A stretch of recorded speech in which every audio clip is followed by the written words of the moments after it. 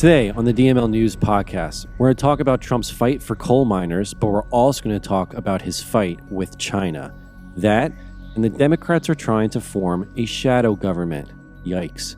We have this and more, and it's all unfiltered.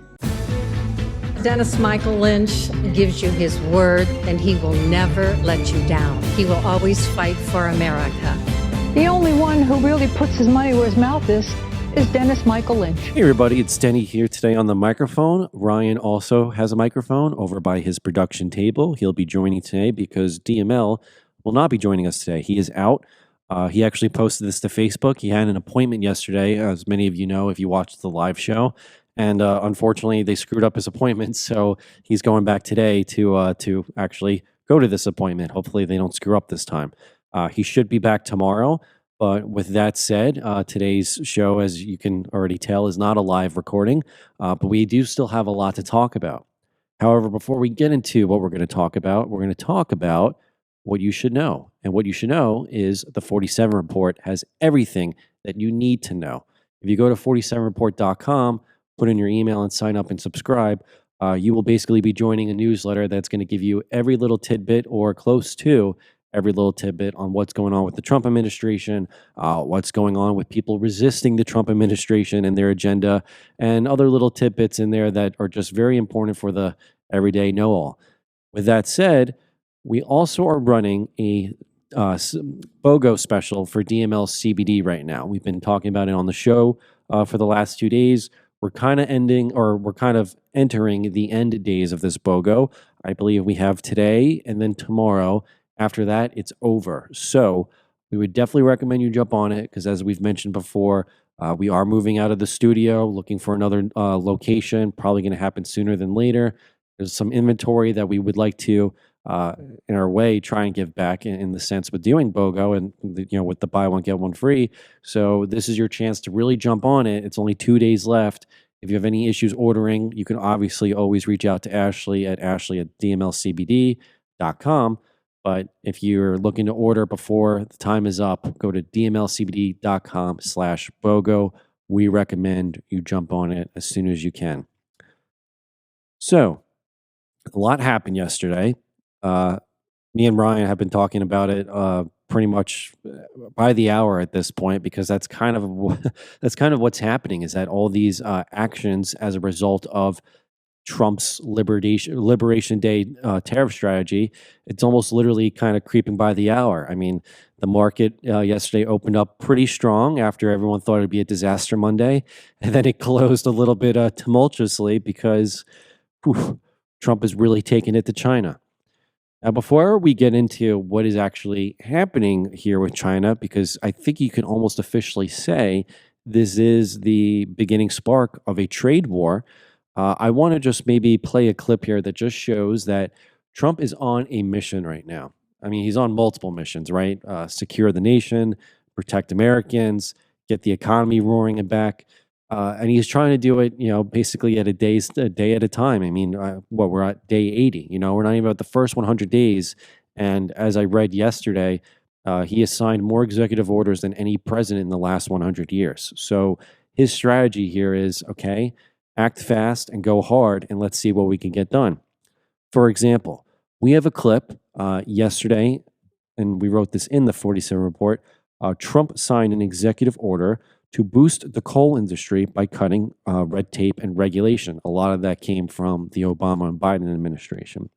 It directs the National Energy Dominance Council to classify coal as a mineral and end the pause on federal coal leasing and promote coal exports and tech and support its use in powering AI. In a way, Trump labels coal as the black gold. So let's play the clip here of Trump talking about what his strategy is to basically support the very underappreciated coal miners that are powering this country. The value of untapped coal in our country is 100 times greater than the value of all the gold at Fort Knox. And we're going to unleash it and make America rich and powerful again.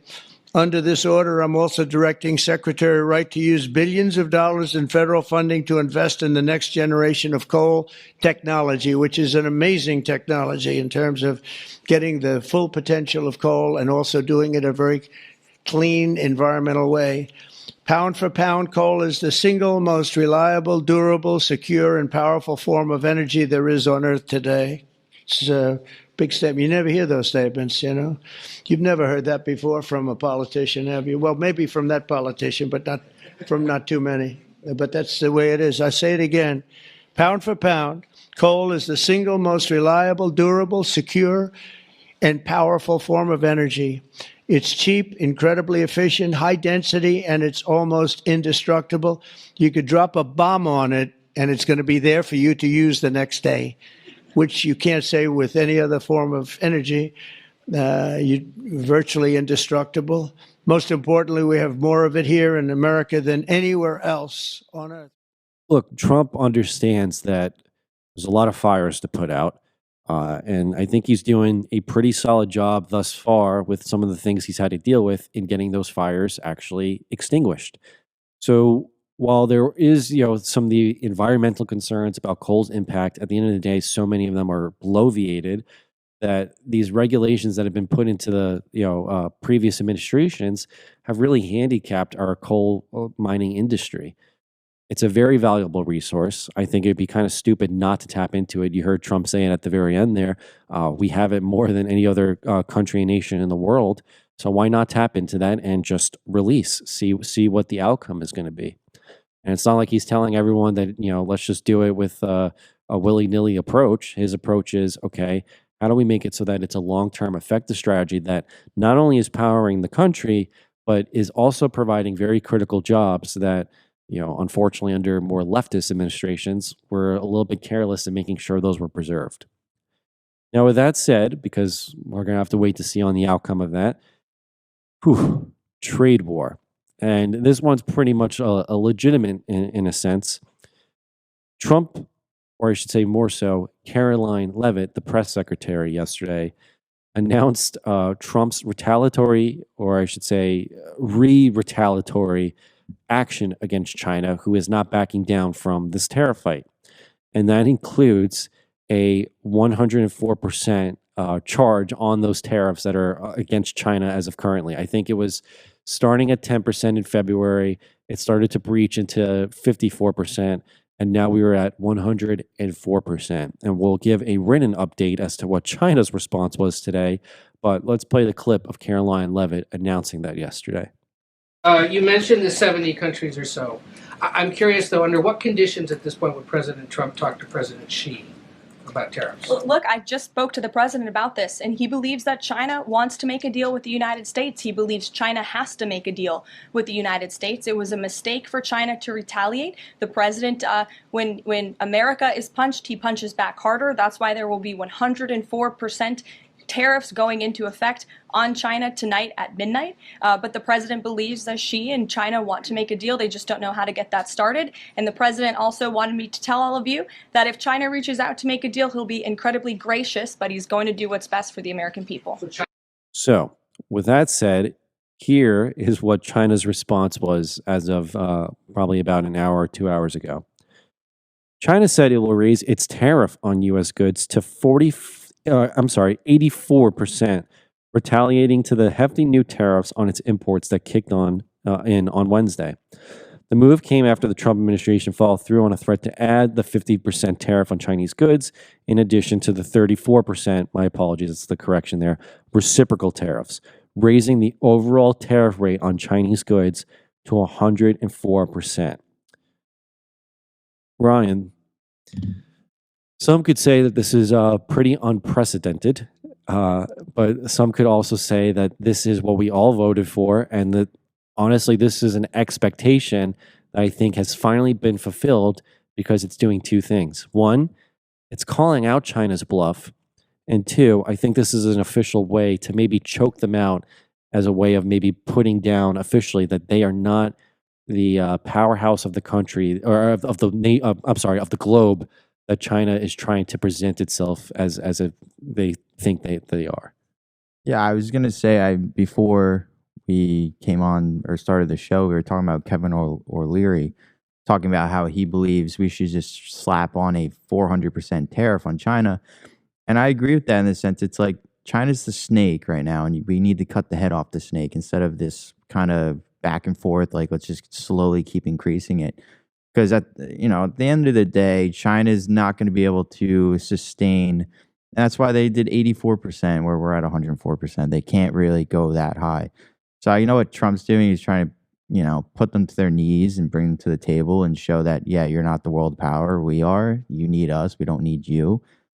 So the markets are going to suffer because of it. It's going to be turbulent times for a little bit. But I think the Chinese and their government and their economy is so propped up on the American consumer that, it's just going to be a matter of time before they bend the knee.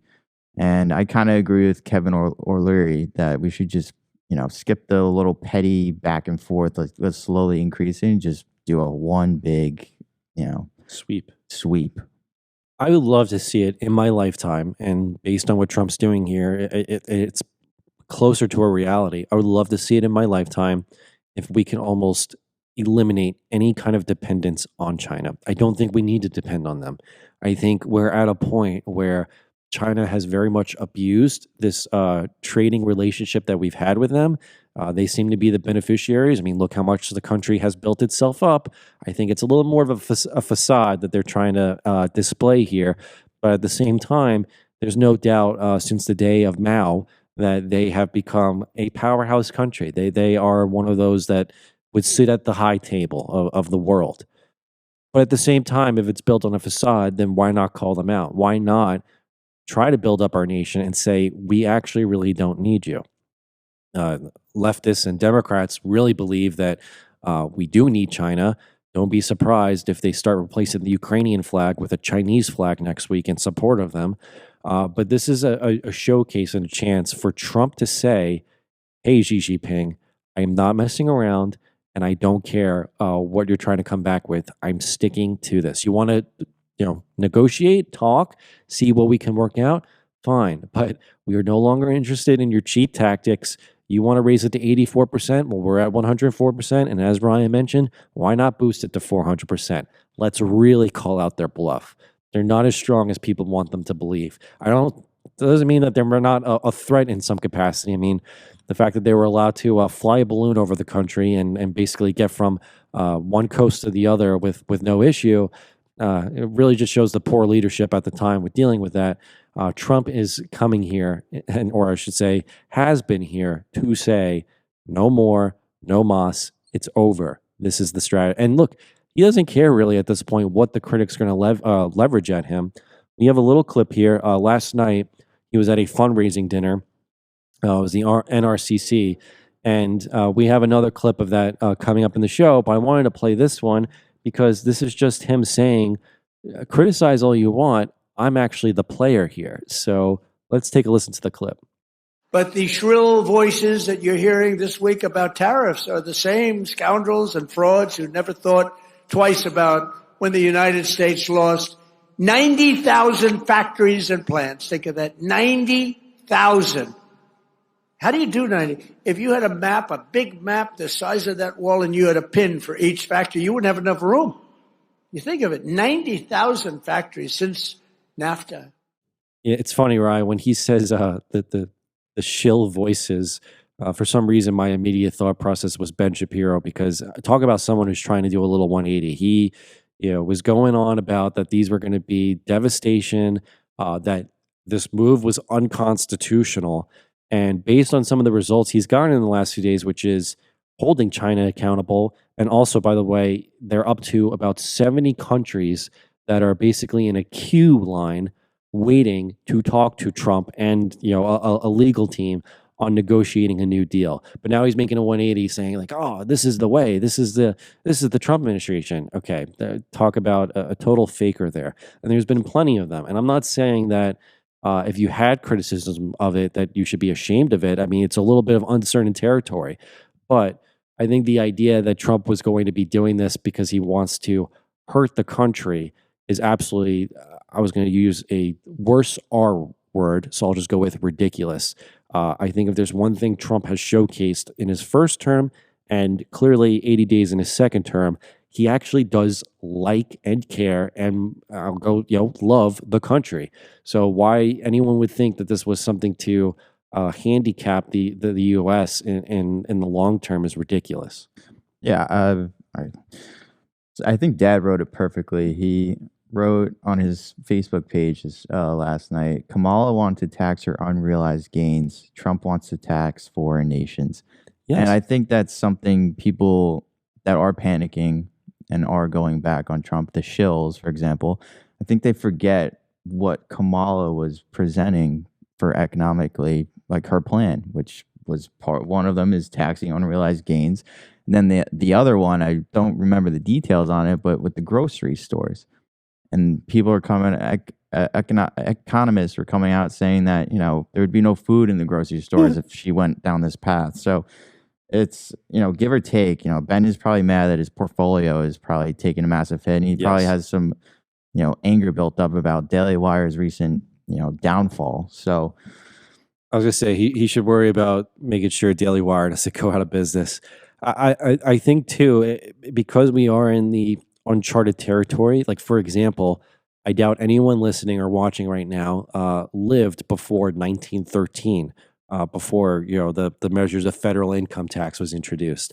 But before then, we lived by the tariff strategy, and it was pretty effective, right? Why tax your citizens, especially almost very unfairly?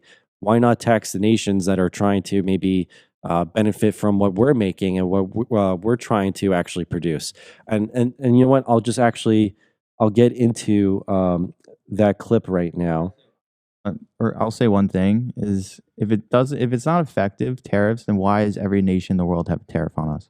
Right. Why does it? And like in that clip, he had talked about, the fact that we had 90,000, factories and industries that were basically wiped off because of the implementation of NAFTA is almost criminal. It really is a shot to the gut of yourself.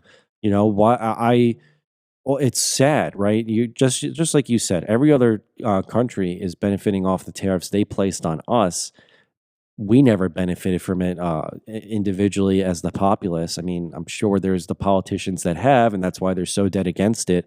But clearly, Trump's strategy here is let's hold the other guys who have abused the system, China, all of the EU, even Israel, they place tariffs on us. We give them billions, all of them. Why not finally have them held accountable instead of, overtaxing the citizens who have been, in our country suffering unnecessarily for 4 years since, yes, Biden, but since COVID. And we know who was responsible for that for China. When is China going to take legitimate accountability for basically causing the worldwide pandemic, the Wuhan virus? There's a reason that term is on what happened there. So I think too, just kind of like how I mentioned with politicians, I think it's actually a nice change of breath and pace to hear some Republican senators kind of get behind what Trump's trying to do here and actually give him the breathing room to do so. Last night, Hannity interviewed a couple of them. Ted Cruz was in that bunch, but we don't have a clip of him speaking here. But Speaker or Senate Leader John Thune, he does actually discuss what, on their side, the congressional side, what they're trying to allow Trump to do with his tariffs and trying to allow him to do it respectfully, giving him the actual authority as he is president to do what he's doing. So let's play that clip. Do you think that the president's obviously $7 trillion in committed investments, a lot, obviously 70 plus countries want to negotiate, got the world's attention. How do you think this plays out? Well, look, I think the president, everybody, we all heard it. He won 77 million votes, and there wasn't a day on the campaign trail where he didn't talk about tariffs. It's something he believes in. He deserves the opportunity to go get the deals he can get and to get the reciprocity that we need with some of these countries that have been taking advantage of us. And so this is I think most of us up here believe that he deserves that opportunity, and he and his administration are working very aggressively, as you know, and have already announced, so many countries have come to the table are looking for deals. So let's give this president some space to see what he can get done. And obviously, we're all paying close attention to it, but we think that he campaigned on it. He made it very clear to the American people what he wanted to achieve in doing it. And I think when it comes to creating better paying jobs in this country and growing our economy, making America stronger and getting investment in this country, you're already seeing some of that. Some of these supply chains are coming back home. Let's give this president an opportunity to see what he can get done. Very nice change of pace to actually hear someone, give agreement and give support to Trump. Something tells me if Mitch McConnell was still in that leadership spot, I can't wait for that guy to retire. But something tells me that if he was still in that leadership spot, he would be posing as much resistance as possible to Trump. Yeah, I think it's a good way to kind of determine if someone's compromised in a sense, because I kind of view it as the world sees America as the number one consumer, and it is the number one consumer.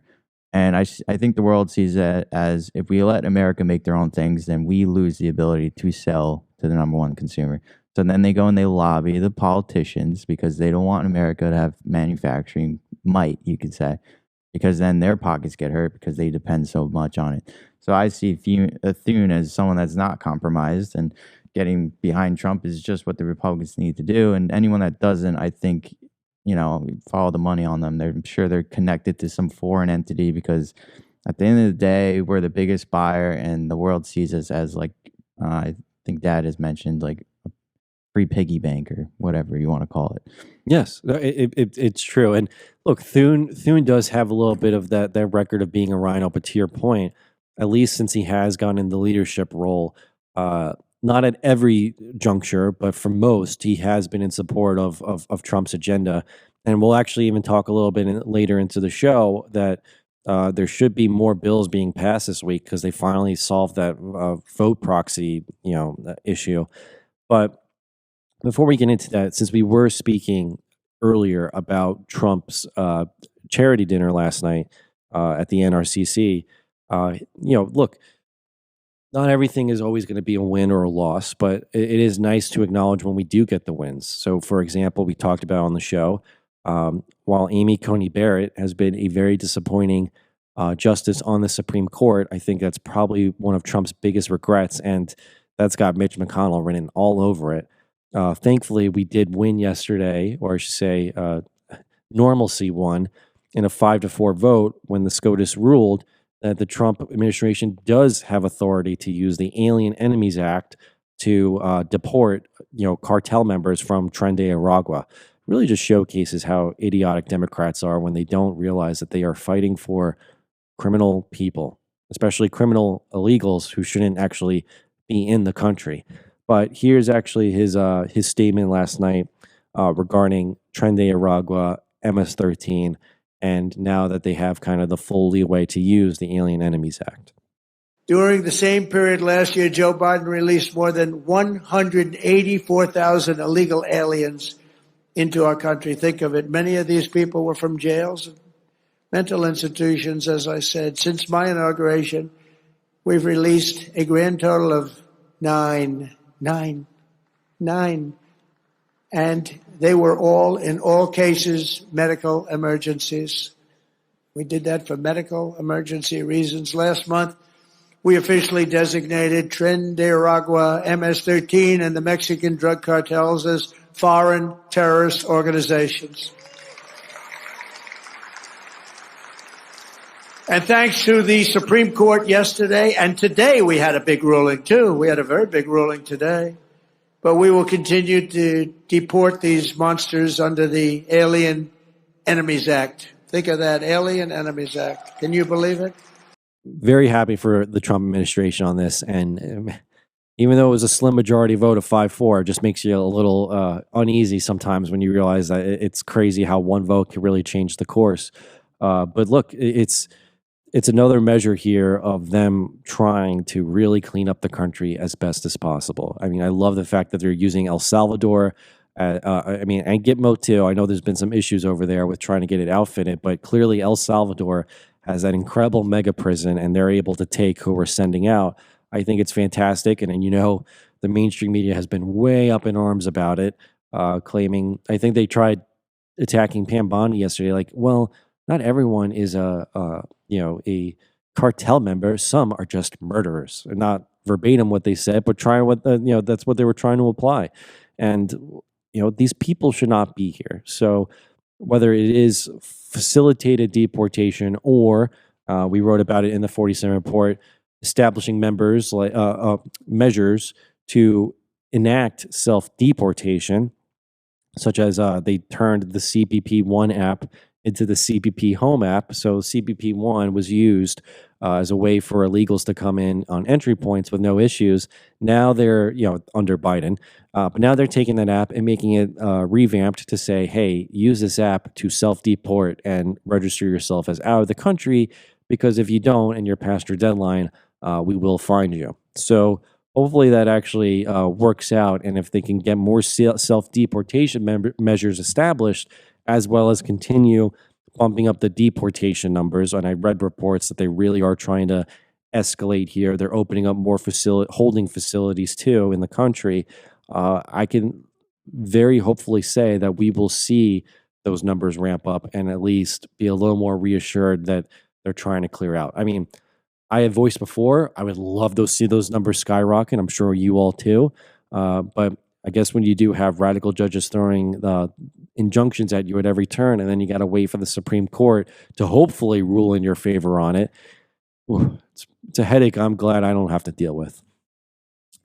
Now, Ryan, I think another headache here, and there's so many people in Congress I would love to see held accountable, from AOC to Ilhan Omar to Rashida Tlaib to Nancy Pelosi to Chuck Schumer.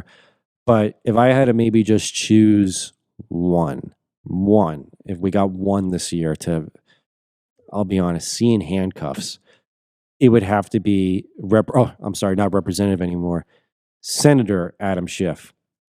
One, disappointed in Californians for even electing this man, or not even really maybe pushing back on seeing if he really got elected in his recent Senate race.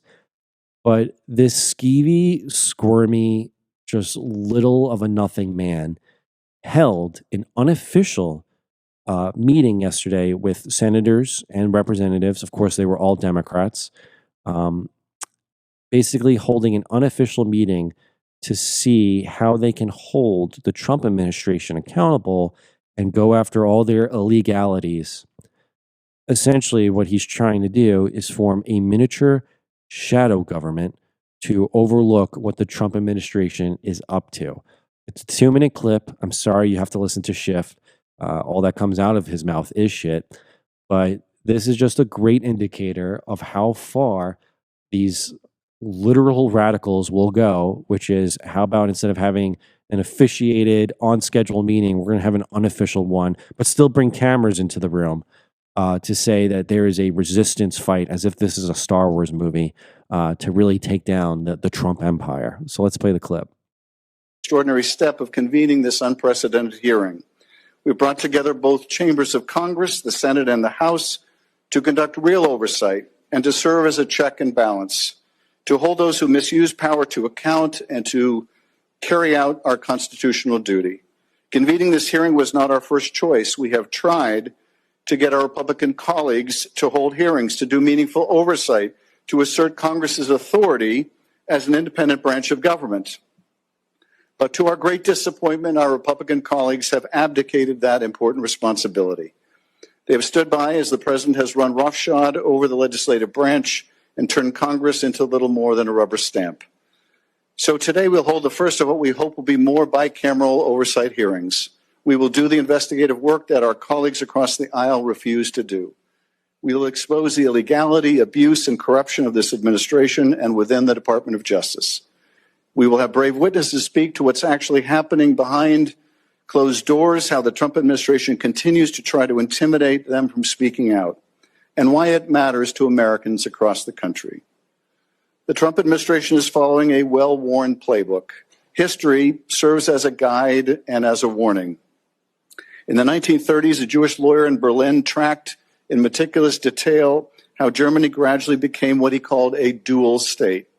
First, to keep the country running, the ordinary legal system remained in place for most people. And yet, step by step, a parallel system of governance and law emerged, what one scholar called a lawless zone. A parallel system carry out the will of the leader and to go after his enemies, real or perceived, to punish, to reward, to co-opt, to intimidate, silence, or take over institutions that make a society free and vibrant, the courts, the lawyers, the universities, the press, even businesses. Ryan, I'm going to ask you a very tough question. What is the Democrats' message in 2025? Me personally, what I think, I think they don't have a message, but the only message is Trump's the mean, bad orange man. It's a pretty piss poor message when you think about it. Yeah, it's awful. And when I hear shadow government, I hear treason. Yes. And yes, you can't throw treason lightly, but this man has been treasonous. Yeah, he has been responsible for a fake investigation. Basically was a little whiny baby throughout January 6th and the ramifications of it. He has done nothing effective, or I was going to use the word progressive, but I don't want to use it in the wrong context, considering he is a progressive leftist, but more so making progress in any way. Like, have you helped California with voter ID laws? Have you helped California with getting the illegal aliens out? Have you fixed or tried helping fix the healthcare system? Have you even just done anything about the homelessness that are just rampant throughout streets in major cities like San Francisco and LA? What have you done, Adam Schiff, other than pick up a microphone and share your grievances with Trump? And Trump had responded, I think, to Schiff with this whole BS shadow government meeting, and Schiff wrote back like, "Man, shouldn't you be focused on other things rather than talking about me? Are you kidding? Are you kidding? Look at everything we just talked about in the show that Trump is up to. And yet I can't tell you what Adam Schiff has been up to other than just whining about Trump since he's been elected. He is a spineless man, and shame for Californians, obviously the radical ones, the ones that are voting without their ID present, for voting this man not only as a representative, but then into the Senate. It's ridiculous.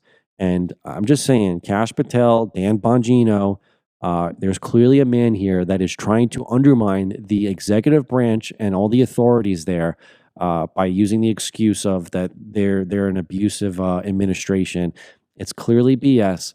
Please, somebody put him in his place. We would just love to see it. If all the other ones have to be scapegoated and not addressed this year, at least do something about Adam Schiff, because I can tell you this: he is not fighting for his constituents. He's not fighting for the state of California. He is clearly fighting for some face time to show that maybe he is the face of resistance against President Trump. And it's just a load of BS. Now, another indicator here, and this is our last video for the show, that the Democrats really have no true message other than grandstanding and just trying to maybe get a clip to go viral. We talked a little bit about this very, in my opinion, using Ben Shapiro's expression here, unconstitutional, but actual legitimately unconstitutional measure here, was the proxy voting. Now, they tried that last week.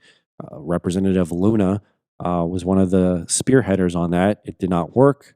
And because of that, a lot of important bills were delayed into this week. So that's finally getting addressed because a deal was cut for vote pairing, which is just essentially saying that it's almost like a canceled out vote. If one member is not there, someone on the other side of the aisle basically is going to be voting and kind of canceling them out. It's a little bit of a weird deal, truthfully. Maybe just show up to the Capitol building. Steve Scalise was shot and also had cancer and couldn't go and accepted the consequences. So here you have Representative Peterson, and I only know her name at this point because she just continues to bring her baby into the Capitol building. She won't bring it for interviews or other little meetings, but when it comes to the House floor, for some reason she feels the very dire need to bring her young little baby in there. Just ridiculous.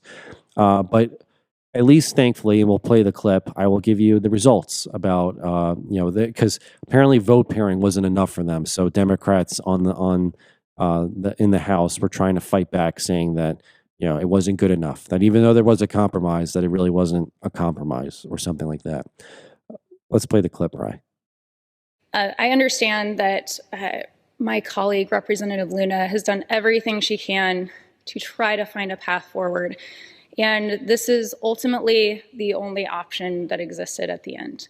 But this does not address the real barriers that people will continue to face. This would be the last week that I could have been home, still working in my district, working as a member of Congress and representing my constituents, but making sure that I was not traveling across the country with my son. Do you think that there would be one Republican here today that would stand and vote present on the bills this week coming forward on my behalf? I don't think so. This is why this is not a workable solution. This is not going to address when people are unable to be here for medical reasons and for the well-being of their kid after giving birth. And so while I appreciate trying to find whatever common ground we can, this is not a deal. This does not solve our problem, and the work continues. I feel like because Democrats are so exaggerant, maybe I'll just play into being exaggerant here. Maybe that's just child abuse, because there are daycare services for the Capitol. I'm sure they're actually way more beneficial than anyone else in the country could possibly get, depending on their career situation. Just as a reminder, being a representative or a senator is not meant to be a career. It's meant to be a service to your people. But she literally continues to bring that baby into the House floor while she's speaking into a microphone. Something tells me maybe that baby shouldn't be right up to a mic having to hear her voice reverberate. Maybe it'd be nice if the baby was in a crib and being properly addressed by her mom, but she's too busy trying to make a show for herself, because when they usually do that, it means they're probably just going to try and run for some kind of future office. Yeah, I think it goes back to the Democrats are selfish. I mean, she's clearly using her baby as a prop in order to create a certain image in order to persuade the public. That is the bottom line. She's trying to create sympathy for herself by using her baby, which is just absolutely disgusting to me. And where's the dad? Yeah, that's a good question. Where's the father at? Yeah. Is there one? Who knows with Democrats? She's probably either divorced or a single mom. It's funny. She's complaining how she can't vote with a baby, but she's in the chamber with her baby. Yeah. Making the argument of how she can't vote because of her baby. It's a good point, Ryan. She is there. No one stopped her at the door because she had a baby in her hands. I probably would have, because I'm like, I don't think your baby should really have to go through your BS routine right here, but clearly she does. Or how about this, Miss Peterson? If it's so important for you to be a mother to your child, go do so. And I'm sure some other radical Democrat in your district of Colorado will fill your shoes. Or is it really about that motherhood and being able to proxy vote? Yeah, it's nothing against, pregnant women in work. No, not at all. There is a certain level of, you are a representative of the United States people. Yeah, she has a privilege right now. She was elected to represent. And what she's doing here is just making a mockery, truthfully, of motherhood. There are unfortunately women who don't have that circumstance. They get maternity leave for, a few weeks sometimes, and then they go back, and that's heartbreaking. It's kind of a black hole in our culture, honestly. If she cared, she would be pushing a bill for that, and not for Congress. Yeah, not this. In all honesty, a selfish bill. So with that said, we're at the end of the show, but maybe just really quick, I'll just fire off some things that we had in the 47 report, because we like to talk about the things that we don't always so much mention in the 47, but then there's plenty we do that we don't get to talk about. So one of the 70 countries that have lined up to talk to Trump about the tariff deals, South Korea is a big one. Trump actually talked about how he's going to restart the military repayments that South Korea owes to us that Biden conveniently stopped during his time, with no explanation as to why. Trump also, as we mentioned in the show, he had the fundraising dinner last night, talking about how the Senate's budget proposal will probably be perhaps the most crucial bill Republicans can pass before the midterms, saying they will be pushing it through. They will be looking to push it through as a way to gain a massive victory at the ballot box in 2026, which is great because we do need that. Trump, or I should say Doge, canceled a lot more wasteful spending, including $51 million in U.S. grants to the African Development Foundation. Ryan, just to give you a few examples of how we were spending our money, we gave basically $230,000 to market organic shea butter in Burkina Faso, $240,000 for pineapple juice promotion in Benin, $250,000 for mango drying tactics in the Ivory Coast, and nearly $100,000 to boost yogurt production in Uganda. I'm sure that really went to all of those measures. According to Doge, Biden issued nearly 4 million Social Security numbers to non-citizens just 5 months after filling asylum claims in the mail. Classic Biden. Kristi Noem was participating in more ICE raids that happened in Arizona. Then there was something else that DHS had done here. Oh, the CPP One app that I had mentioned earlier, how they're revamping that into CPP One Home. The Supreme Court sided with the Trump administration by allowing the mass firing of 10 of thousands probationary federal workers. Nice to see that they actually side with Trump. Navy Vice Admiral Shoshana Chatfield was fired. She's a DEI hire. Pete Hegseth was in the Panama Canal saying that we own it, we built it, China, get out. I love this. I love the anti-China message, to be honest. CNN's Harry Enton called President Trump a soaring eagle and not a lame duck. That's probably the most true sentiment to ever come out of CNN. And just as a little more tidbit, although there's plenty more in the 47 report, so I would definitely read today's edition. We talked about how Trump was bringing down a tree that was planted by Andrew Jackson, hundreds of years ago, due to its very poor condition. It was basically to the point where it could have honestly fallen. So, in replacement of the tree that was taken, Trump planted a magnolia sapling in the White House. In fact, we don't have the videos or the photos, but Trump himself was there with workers actually shoveling a little bit to plant a tree. So, just very classic Trump. With that said, that is it for today's show, and I thank you guys for joining us. DMLCBD.com/BOGO. Only 2 days left. We definitely highly recommend you guys jump on it.